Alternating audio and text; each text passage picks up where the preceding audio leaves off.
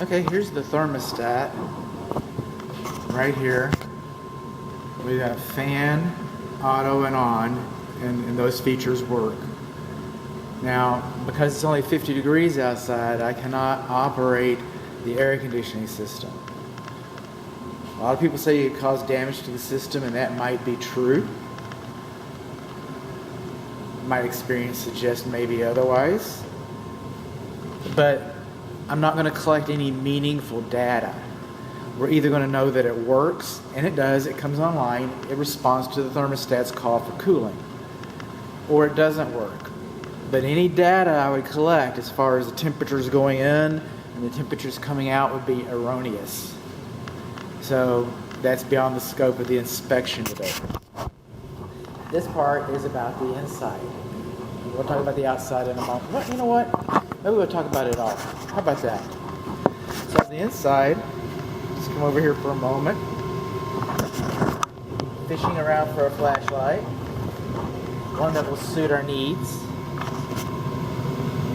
But right here in the furnace, we've got it in the heating mode right now, and this is the flame. You see the orange coming out? Is your eye picking that up? Is the camera picking that up? Okay, see the way the flame is dancing? It's kind of lazy over here on the right.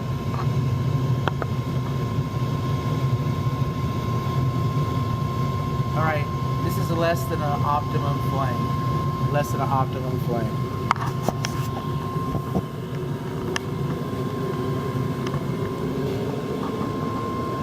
Up here, this is the makeup air.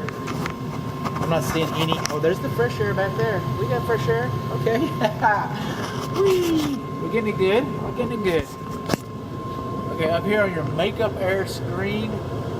Okay, when this home was built, screens were required. You see how it's covered with insulation and dirt? That's why they're no longer required. So now that's a defect. And obviously we're not getting any makeup air. See, combustible air comes in, and it goes in here where the flame is. And because it's sucking air, it's got it draws, and that flame goes up this flue. And then it creates a vacuum in here, so we need makeup air, and that screen's not providing it. Now, this is kind of ironic, but also on this flue, you're supposed to have a thimble. It looks like a little pie pan plate, discussion plate, call it what you will. That's what it's supposed to have. And back in the day, this flue pipe was okay, but it's single wall. It's not a B-vent, so we have a single wall flue coming in. This is our evaporator coil. We can't get any data off of it. Cannot get any data. We're going to stay on the heating side for just a moment. See the rust in here? See this guy all together? He's an old man. He is an old man. He's older than 14 years. He's older than 20 years.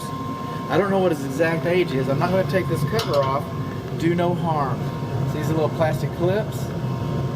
You're probably, whoever's going to operate on this, whoever's going to open it's probably going to have a problem with it. They probably are. Coming on along in here, that's all the rust in the old burner compartment. There's a data plate in there. I can read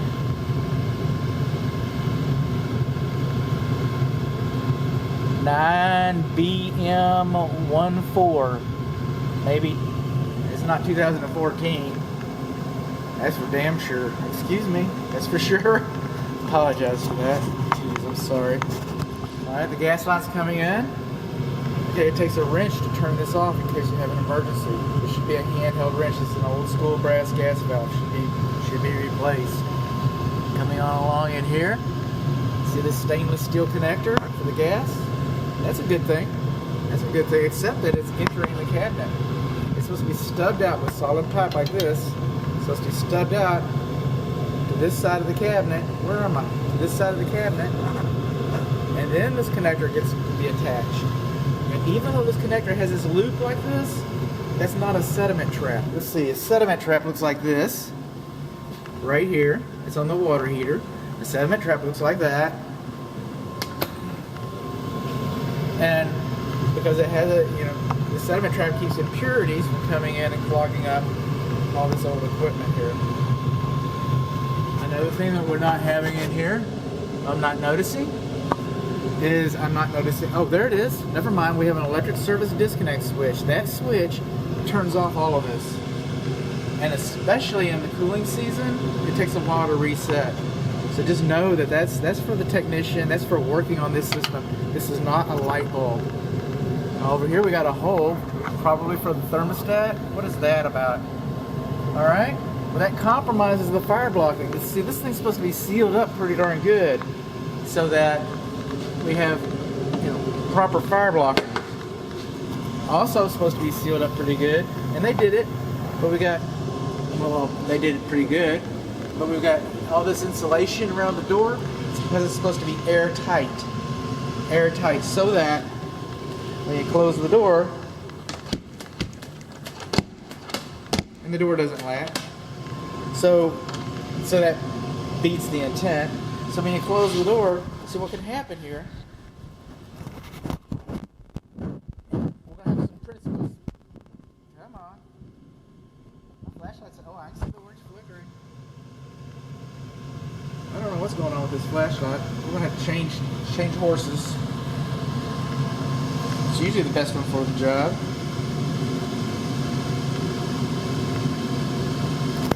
All right. So air comes in here and gets sucked in here through these burner tubes and goes out the tubes. Then inside we have heat exchangers.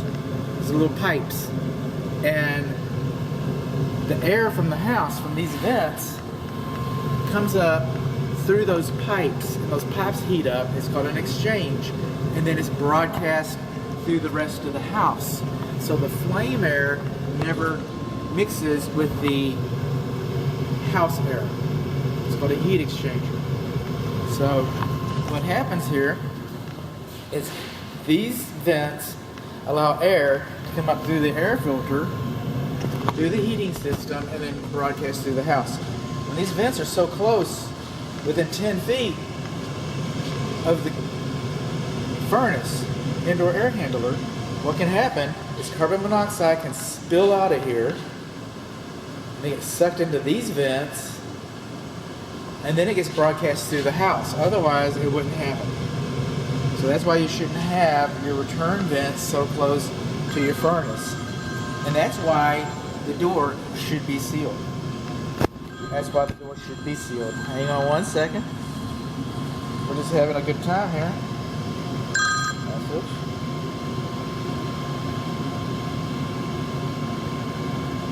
I'll call them right back. Our time. So what happens here is that when this door doesn't stay closed, carbon monoxide can spill out of here if it's not operating properly. It's sucked back up in the vents and broadcast through the house.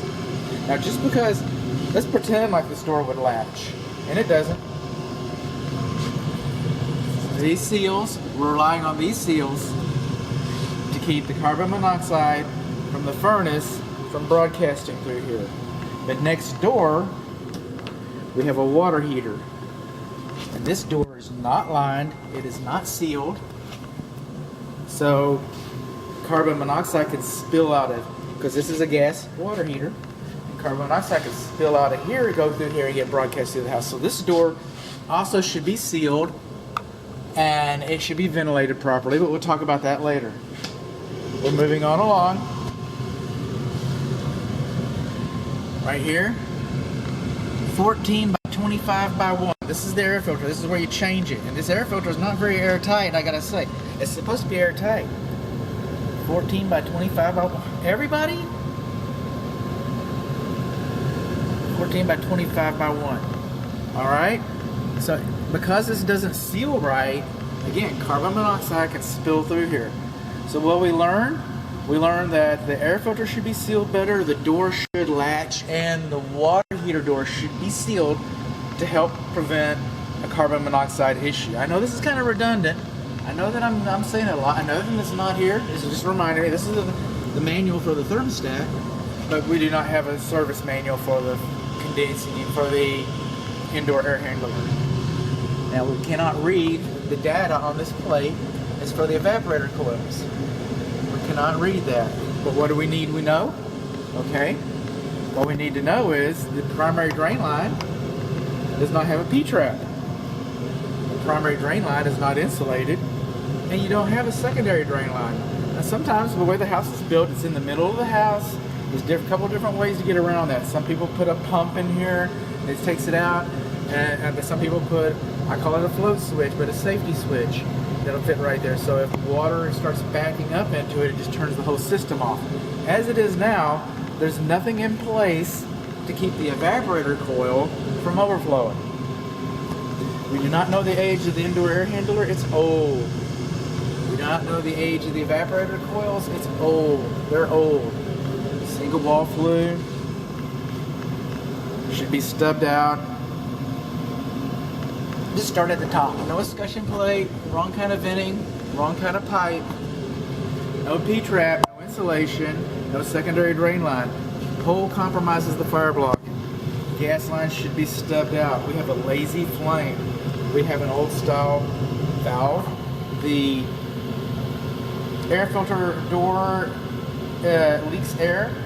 The door to the closet does not latch. The water heater door is not sealed. That's what we know so far.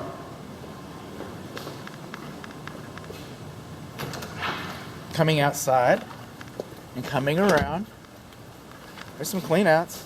Somebody's been doing some planning and moving on around. Tree shouldn't be this close to the house. This is the condensing unit. You think he's old? I do. He's supposed to be 3 inches off of the ground. The coils are not supposed to be dirty, and they're not supposed to be bent. The manufacturer's label has been removed. No doubt it's R12. It's Fraser and Johnson. The refrigerant lines are not properly insulated. The Schrader valve caps, I'm not even seeing Schrader valve caps, which is okay. Sometimes they're inside the unit. There's one. There they are. Old school Schrader valve caps. It should be at least 12 inches. It's about 12 inches. The electric disconnect should be secured to the wall. I'm not even going to mess with that. It's just time. Oh, the electric disconnect conduit. The electric conduit's disconnected. Right there. So that's about everything. The HVAC system has exceeded its economic life, and it would be prudent to budget for replacement. It probably has an R22 refrigerant in there, no doubt. Okay, so it's already not efficient. R22, they no longer manufacture that refrigerant. They no longer import it. Yes, there are stockpiles of it, and yes, it is expensive. Just about every air conditioning tech that comes to work on this is going to encourage you to replace this system. It's just time. And it's not level. I'll find some other things too.